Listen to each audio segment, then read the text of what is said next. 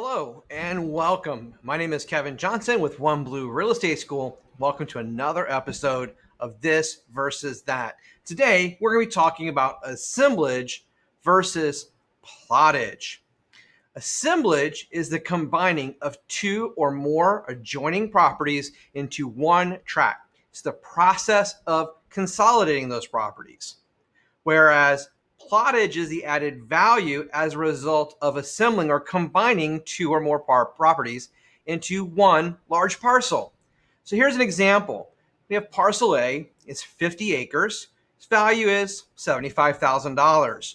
Right next door, we have parcel B, also 50 acres, also valued at $75,000.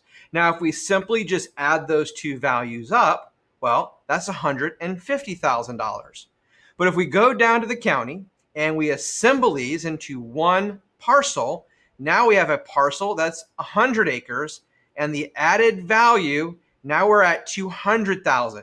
So instead of being worth 150 as two separate parcels, the plottage brings it to $200,000 because we have one large parcel. So that's assemblage versus plottage. I hope you found this video useful. Please check out some of our other This versus That videos on YouTube and on our Facebook channel. Thank you so much for watching and have a great day.